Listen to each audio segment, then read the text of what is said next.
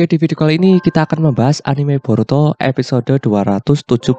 Anime Boruto episode 270 ini adalah episode filler karena ceritanya tidak ada di manga. Cerita anime Boruto episode 270 adalah cerita sebelum arc out atau sebelum manga Boruto chapter 56. Anime Boruto episode 270 rilis hari Minggu tanggal 9 Oktober 2022. Oke, langsung saja kita bahas ceritanya. Sebelumnya, selama festival sekolah akademi, insiden pengeboman telah terjadi. Dan sebagai tambahan, seseorang mengincar nyawa Kai. Kawaki lalai dalam melaporkan informasi tentang keberadaan seorang pembunuh ketika dia pertama kali mengetahuinya. Akibatnya, Kawaki diberhentikan dari misi penjagaannya dan akhirnya harus tinggal di rumah selama cuti. Sementara itu, karena insiden itu telah diputuskan bahwa Kai harus kembali ke negara asalnya lebih cepat dari yang dia rencanakan. Dia menyayangkan bahwa dia akhirnya tidak bisa menyelesaikan perjalanan studinya ke luar negeri.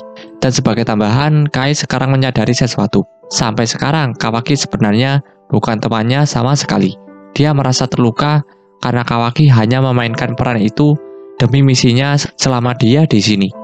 Tetapi pada saat itu, dan sekali lagi bayangan yang tidak menyenangkan mendekati Kai. Kemudian, selama insiden pengeboman yang terjadi selama festival sekolah mereka, wali kelas mereka yaitu Kakak Hana terluka saat mencoba melindungi para siswa. Dia akhirnya kembali ke kelas. Sementara itu, Kawaki sekali lagi ditugaskan untuk menjaga Kai dan telah kembali ke kelas juga. Akademi tampaknya telah pulih ke keaktifan normal sebelumnya juga. Hana kini telah menyadari bahwa penyerang sebelumnya telah memanfaatkan kekacauan selama insiden pengeboman untuk menargetkan nyawa Kai. Meskipun dia adalah orang yang paling dekat dengan murid-muridnya selama acara, Hana tidak dapat mencegah insiden itu terjadi dan murid-muridnya tidak dirugikan. Hana kemudian merenungkan kekurangannya karena tidak bisa berbuat lebih banyak saat itu. Maka untuk memikirkan apa yang terjadi selama insiden itu, Hana memutuskan untuk mengunjungi TKP.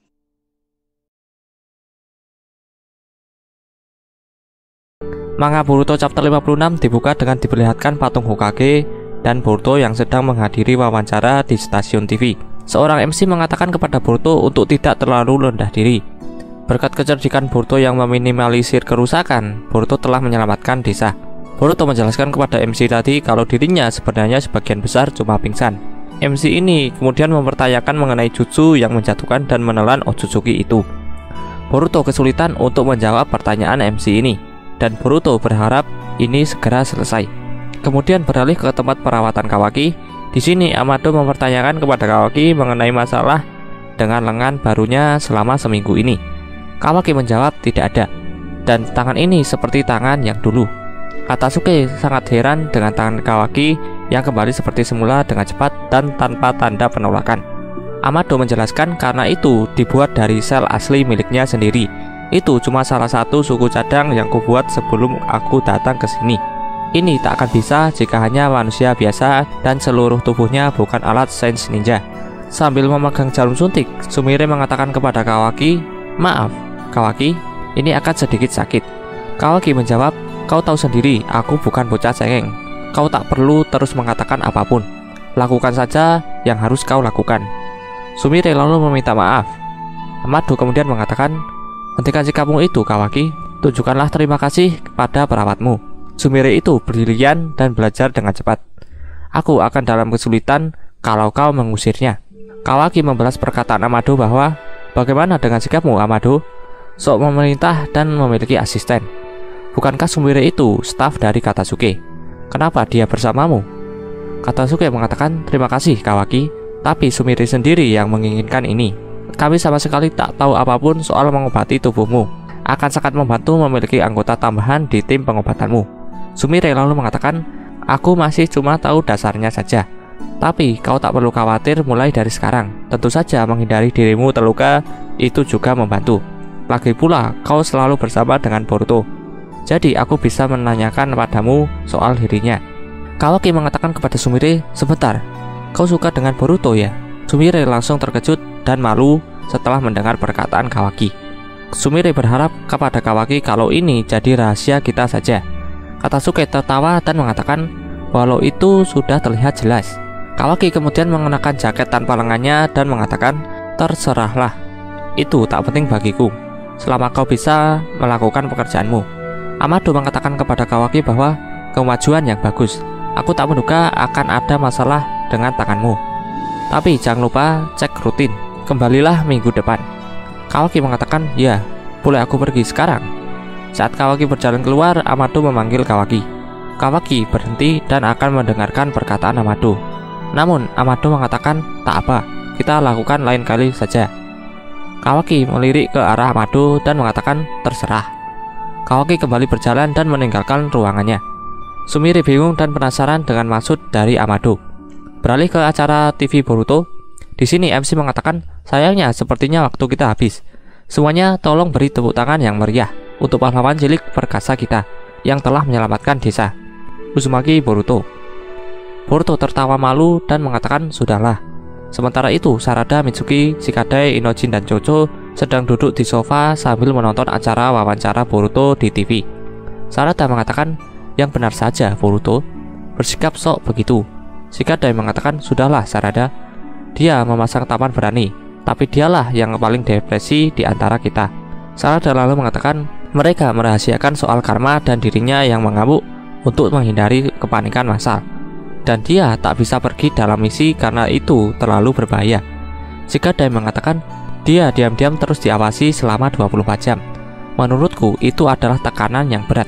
Sarada mengatakan, "Ya, tapi aturan tak ada misi itu juga berlaku untuk kita. Kita tak punya tim 3 orang tanpanya. Jadi tim 7 berada dalam hiatus sampai waktu tak ditentukan." Shikadai mengatakan, "Ya, itu adalah keputusan ayahku. Apakah perlakuan pahlawan ini dan mengarahkannya di media adalah cara ayahku untuk mencoba menghiburnya? Tapi ini sungguh aneh." Chocho mengatakan, "Bagaimana? Kenapa? Tak perlu harus mengambil misi dan bisa masuk TV, itu keren." Inojin lalu mengatakan, "Oh, biasanya kau berkata begitu di situasi ini. Ini sebabnya kau gendut." Chocho kemudian memegang pipi Inojin dan mengatakan, "Apa? Memang apa hubungannya berat badanku dengan itu?" Sarada mengatakan, "Jangan salah sangka. Aku tak menyalahkan Boruto, tapi ini cuma terlalu sulit untuk dipahami begitu saja. Apa yang akan terjadi selanjutnya?" Mitsuki mengatakan, "Ya, setidaknya soal karma Boruto, mereka tak bisa hanya diam saja dan tak melakukan apa-apa. Mereka pasti harus lebih proaktif. Mungkin Tuan Shikamaru punya suatu ide." Shikadai mengatakan, "Kuharap iya." Kemudian beralih ke patung Hokage. Boruto sedang melamun di atas patung Hokage ke-7. Boruto melihat ke bawah, dan di bawah ada 2 anak perempuan penggemar Boruto. Boruto melambai ke arah mereka. Boruto pun melihat segel karma yang ada di telapak tangan kanannya. Kemudian Boruto langsung menurunkan tangannya.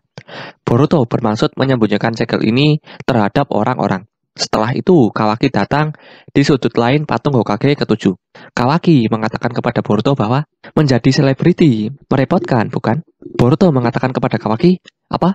Pergilah jika kau mau mengolok-olokku." Kawaki lalu duduk dan mengatakan, "Aku terkejut. Aku kira kau lebih murung." Boruto mengatakan, "Soal karma? Tidak, itu sudah berlalu lama sekali. Ini cuma aku tidak tahu bagaimana harus bersikap atau apa yang seharusnya aku coba lakukan soal itu." Kawaki mengatakan, "Berdasarkan dari kami pelajari sampai sekarang, kedua tubuh kita sekitar 80% sudah menjadi Otsutsuki. Dan dirimu, khususnya data Otsutsuki, masih terus mengunduh dirinya dari karmamu. Dan setelah itu selesai, saat kau menjadi wadah Momoshiki, kau, Boruto, akan menghilang dan si payah itu akan bangkit dari tubuhmu." Boruto lalu melihat segel karma yang ada di telapak tangan kanannya. Boruto mengatakan, "Ini sungguh menyebalkan. Aku merasa seperti terjebak dalam mimpi buruk." Kawaki melirik ke arah Boruto. Kawaki lalu mengatakan, "Aku memikirkan sesuatu yang mungkin bisa kau coba lakukan. Kenapa kau tidak persiapkan wadah dirimu sendiri dengan memberikan karma kepada orang lain?" Boruto terkejut dan bingung dengan perkataan Kawaki ini. Boruto melihat Kawaki dan mengatakan, "Wadah diriku sendiri?" Boruto bertanya-tanya tentang maksud dari perkataan Kawaki. Kawaki mengatakan kepada Boruto, "Tapi ingat, ini hanya hipotesa yang aku pikirkan. Tapi jika Momoshiki bangkit dan kau menghilang, kalau kau punya wadahmu sendiri di suatu tempat, mungkin kau bisa memakainya untuk reinkarnasi." Boruto mengatakan, "Itu teori yang gila. Lagi pula, kalau aku mau memberi karma dan membuat wadah, itu artinya aku harus mengorbankan orang lain. Benar kan? Mana mungkin aku mau." Kawaki mengatakan, kau tidak perlu cemas soal itu. Aku sudah memikirkan seseorang. Seseorang yang akan sempurna. Namanya adalah Code.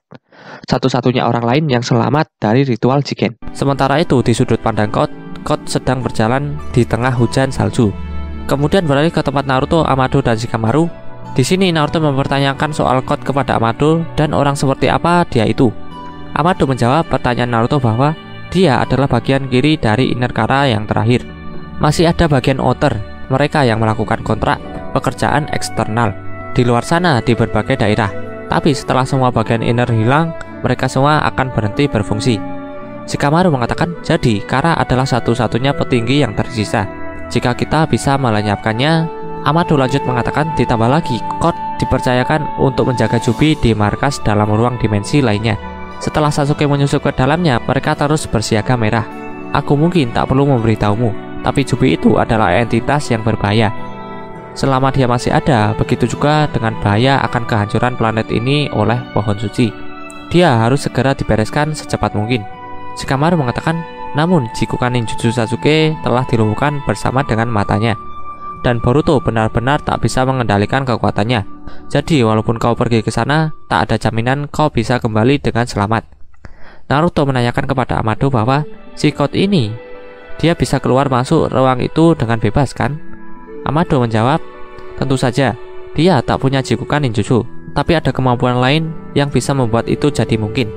Naruto mengatakan, mau bagaimanapun kita harus melakukan sesuatu soal Code sebelum Jubi disalahgunakan. Shikamaru mengatakan itu benar, karena setelah Code dibereskan, kita bisa dengan aman memutuskan bagaimana cara mengatasi Jubi. Amado mengatakan, kalian tidak salah, tapi hati-hati jangan meremehkan dia. Code tidak seperti yang lain, dia itu spesial. Kemudian beralih ke gerbang gua yang terdapat dua penjaga di tengah hujan salju. Penjaga ini salah satunya berjenggot dan memakai kacamata. Dia melihat Code yang sedang mendekat ke arahnya. Code sedang berjalan dan merasa kedinginan. Setelah melihat Code, penjaga pintu gerbang menanyakan kepada Code, siapa kau? Apa kau tahu tempat ini tempat apa? Code menjawab, ini adalah fasilitas pengikut Boro bukan? Aku adalah kenalannya. Bisa tolong kalian biarkan aku masuk. Penjaga gerbang mengatakan, maaf, tapi Tuan Boro tidak ada di sini. Jadi pulang saja sana. Code mengatakan, bodoh. Mau bagaimana lagi? Kau pasti bodoh jika mau menjadi penjaga gerbang di tempat terpencil dingin ini. Code mengatakan hal itu sambil jari-jari tangan Code membentuk cakar. Penjaga gerbang berjenggot sangat kesal dan mengatakan kepada Code, berhenti. Ini peringatan terakhir. Code lalu mengatakan, ya sebelum kalian mati. Beralih ke Boruto dan Kawaki di atas patung Hokage ke-7. Di sini Boruto menanyakan kepada Kawaki mengenai maksud dari ritual Jigen. Kawaki menjawab pertanyaan Boruto bahwa, ingat apa yang aku katakan padamu soal saat aku pertama dibawa Kara. Itu adalah ritual untuk menyeleksi kandidat wadah Otsutsuki. Banyak anak yang diberi karma, dan mereka yang tidak cocok akan kejang-kejang dan mati. Hanya ada 2 dari kami yang tersisa saat sampai di giliranku. Aku berhasil selamat saat Jigen memberiku karma. Ternyata aku cocok, seperti yang aku katakan. Setelah itu, aku pingsan dan dipindahkan ke tempat lain. Jadi aku tak melihat apa yang terjadi setelahnya. Tapi tampaknya, Jigen juga memberi anak terakhir itu dengan karma. Tapi dia gagal, sama seperti anak lain yang mati. Tubuhnya mulai gemetar dan kejang-kejang. Dia tidak bisa menjadi wadah. Namun entah kenapa dia tidak mati. Dia selamat. Sama sepertiku, dia cocok dengan karma. Kemudian beralih ke Code yang sedang berada di depan gerbang fasilitas pengikut Boro. Code mengaktifkan karma putihnya, lalu langsung melaju ke arah 2 penjaga gerbang dengan tangan Code yang sudah membentuk cakar yang tajam. Kedua penjaga gerbang pun bersiap menyerang. Tangan mereka ternyata adalah senjata Sains Ninja, mirip dengan Garou. Kedua penjaga ini menembaki Code dengan senjata ilmiah ninja yang ada pada tangannya. Code kemudian menggunakan jutsu istimewanya. Jutsu Code mengeluarkan benda semacam sabuk hitam dan mengarah ke bawah penjaga gerbang. Code berhasil selamat dari serangan tembakan penjaga gerbang. Penjaga gerbang terkejut dengan Code yang tiba-tiba menghilang. Mereka juga kebingungan dengan sabuk hitam yang ada di bawahnya. Kemudian Code muncul dari sabuk hitam itu dan berada di belakang penjaga gerbang berjenggot. Penjaga gerbang satunya yang memakai penutup mulut atau masker berusaha memperingatkan penjaga gerbang berjenggot kalau musuh ada di belakangnya. Namun Kot langsung menusuk penjaga gerbang berjenggot menggunakan cakarnya. Lalu penjaga gerbang yang memakai masker menembaki Kot menggunakan senjata ilmiah ninja. Namun Kot melindungi dirinya menggunakan tubuh penjaga gerbang berjenggot. Kemudian Kot melilitkan sabu hitam ke penjaga gerbang bermasker. Penjaga gerbang ini terkejut dengan sabu hitam yang tiba-tiba melilit tubuhnya. Sabu hitam yang melilit penjaga gerbang bermasker lalu memunculkan cakar. Cakar ini adalah cakar dari tangan Kot. Kot memasukkan jari tangan cakarnya ke dalam sabu hitam di bawahnya. Kemudian cakar Kot muncul di sabu hitam yang melilit penjaga gerbang bermasker. Penjaga gerbang ini kesakitan karena ini seperti ditusuk secara langsung oleh cakar Kot. Sabu hitam Kot terhubung dalam satu dimensi. Kot lalu mengatakan, "Kalian sudah bekerja dengan keras. Sekarang istirahatlah." Penjaga gerbang bermasker menyuruh Kot untuk menghentikan tindakannya. Namun Kot tidak memperdulikannya. Kot kemudian memasukkan tangan cakarnya lebih dalam. Penjaga gerbang bermasker merasa sangat kesakitan dan memuntahkan darah karena tusukan Kot yang semakin dalam. Dia lalu tergeletak. Kot mengatakan, "Sedikit olahraga membuat badanku jadi hangat." Kot lalu berjalan menuju pintu gerbang dan mengatakan, "Tapi masih sangat dingin. Ayo kita masuk." Kot mengatakan kita, namun para penjaga sepertinya sudah mati karena tusukan dari Kot yang fatal. Beralih ke tempat Naruto, Shikamaru, dan Amado. Di sini Shikamaru mengatakan dia tak bisa dipakai sebagai wadah, tapi karmanya tidak hilang. Apakah itu bisa? Amado menjawab pertanyaan Shikamaru bahwa itu memang kasus laka, tapi itulah kenyataannya. Dia selamat, dan akibatnya tubuhnya masih memiliki aspek karma sebagai senjata. Naruto mengatakan kita tak tahu apa yang membuat seseorang jadi cocok, jadi apapun bisa terjadi di dalam kasus ini. Amado mengatakan tepat, masih banyak yang tak kita ketahui soal karma dan reaksi yang terjadi di tubuh Kot. Itu cukup luar biasa. Kemampuan tempurnya sendiri bahkan melebihi Jigen. Hampir semua anggota Kara tubuhnya telah dimodifikasi untuk memperkuatnya. Tapi berbeda dengan Kot, dia punya limiter yang dipasang untuk menahan kekuatannya yang sangat besar, untuk menghindari ketumpangan posisi Jigen sebagai ketua. Shikamaru mengatakan intinya dia sengaja melemahkan dirinya demi Jigen. Apa dia tidak waras? Amado mengatakan Kot sangat menurut pada Jigen. Dia memiliki semacam kesetiaan agama pada Otsutsuki, khususnya Ishiki. Dia menyembahnya seperti dewa. Jadi Kot punya kekaguman yang kuat pada Jigen yang telah menjadi Otsutsuki. Dan karena alasan itu, dia menyimpan kecemburuan pada Kawaki yang dipilih sebagai wadah resmi Ishiki. Seperti itulah kuatnya kesetiaan Kot pada Otsutsuki. Sebenarnya ada beberapa di antara cyborg yang telah kubuat yang jauh melampaui kekuatan Jigen, tapi mereka semua dimusnahkan sesuai perintah Jigen. Shikamaru menanyakan kepada Amado bahwa apakah membuatnya untuk mengalahkan Jigen, cyborg itu? Amado menjawab, iya benar. Setelah itulah dan juga memperhitungkan berbagai skenario, aku menciptakan Kashinkoji. Tapi lupakan saja. Kesimpulannya, Kot adalah anak spesial yang menghindari permusuhan karena kesetiaannya yang besar. Dia adalah tangan kanan Jigen yang kuat. Jika dia tahu kalau Ishiki telah dikalahkan, dia pasti akan membalas dendam. Naruto mengatakan, kalau begitu aku pasti akan jadi targetnya. Dan kemungkinan terburuk, Boruto pun juga.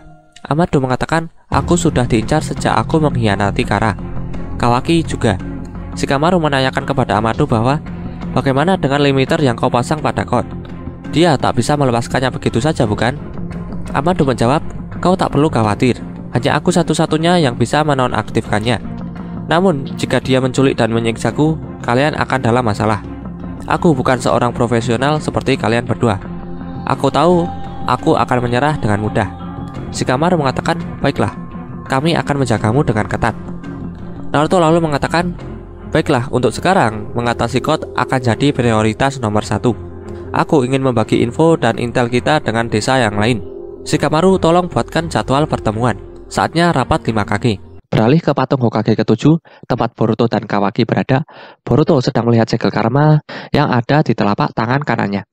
Boruto mengatakan, aku tak pernah mengira menanamkan ini pada orang lain. Tapi sekarang, setelah kau katakan, aku merasa itu mungkin bisa. Kawaki mengatakan, jika kita harusnya akan menjadi Otsutsuki, maka akan masuk akal kalau kita bisa memakai jutsu khusus mereka, seperti Jikukan Ninjutsu. Boruto menanyakan kepada Kawaki bahwa, tapi Code ini, dia sudah punya karma bukan? Apa kita masih bisa memberinya karma yang berbeda? Kawaki menjawab, aku tidak tahu. Tapi setidaknya dia bisa selamat setelah diberi karma. Itulah yang penting. Jika karma itu sangat mudah diberikan, Jigen tidak akan kesulitan. Jadi masuk akal untuk mencobanya pada seseorang yang sudah pernah selamat itu. Ditambah lagi, dia bukan pada siapapun. Boruto mengatakan, memang. Tapi kau tahu, aku merasa sangat ragu soal memaksakan hal ini pada orang lain. Kawaki mengatakan, kau pasti bercanda. Kau tidak punya pilihan lain, kecuali kau memang ingin mati. Biar aku beritahu, Code itu kuat. Sejauh yang aku tahu, lebih kuat dari Delta dan Boro. Dia bukan tipe musuh yang mudah dihadapi. Boruto lalu berdiri dan mengatakan, ayah tak punya lagi kekuatan Kyuubi. Jadi dia tidak sekuat dulu. Lagi pula, kita tidak bisa terus bergantung padanya selamanya. Kita harus berkembang. Aku tak tahu seberapa kuat Code itu. Tapi apa kau tahu Kawaki, apa yang kami para shinobi lakukan di saat seperti ini? Kawaki melirik ke arah Boruto dan menanyakan kepada Boruto bahwa, kau ini bicara apa? Boruto lanjut mengatakan, kami berlatih, ayo kita pergi. Beralih ke ruangan fasilitas pengikut Boro, di sini terdapat kakek tua berjenggot yang sedang duduk. Dia terkejut dengan Code yang tiba-tiba datang dan menyapanya. Kakek berjenggot ini bernama Bak. Bak mengatakan, astaga Code, apa yang kau lakukan di sini? Ada tugas dari Jigen? Code mengatakan, Jigen sudah mati, dan sepertinya Boro juga. Bak mengatakan, sepertinya ada masalah. Apa yang terjadi? Code menjawab, banyak. Keadaan tiba-tiba menjadi sangat sibuk. Ngomong-ngomong, bagaimana kabar Eida? Bak gugup berkeringat dan menanyakan kepada Code, kau ini bicara apa? Code menjawab, aku yakin Boro diam-diam menyimpan beberapa cyborg di sini yang telah diperintahkan oleh Jigen untuk dimusnahkan, walau aku tak tahu motifnya. Mungkin untuk senjata rahasia, pokoknya bawa aku padanya. Bak mengatakan, aku sama sekali tak berniat untuk menentangmu. Sungguh, tapi apa kau yakin Boro sudah mati? Bak lalu mengancam Code jika Code berbohong. Melihat wajah Code yang diam dan serius, Bak percaya jika Boro sudah mati. Bak lalu mengatakan, baiklah, tapi sebagai gantinya, kau akan membayarku, bukan? Kemudian Code dibawa ke ruangan di mana Eida berada. Di ruangan ini terdapat kapsul besar. Bak mengatakan kepada Code, ini, tapi apa yang sebenarnya kau rencanakan, Code? Code hanya terdiam dan mendekati kapsul besar. Kapsul itu menyimpan Eida. Eida tertidur di dalamnya. Setelah melihat Eida, Code mengatakan, halo Eida, kau yang tahu semuanya di dunia ini. Itulah cerita anime Boruto episode 270 dan tambahan informasi lainnya. Jika ada kesalahan dari video ini, aku mohon maaf. Terima kasih yang sudah menonton dan sampai jumpa di next video.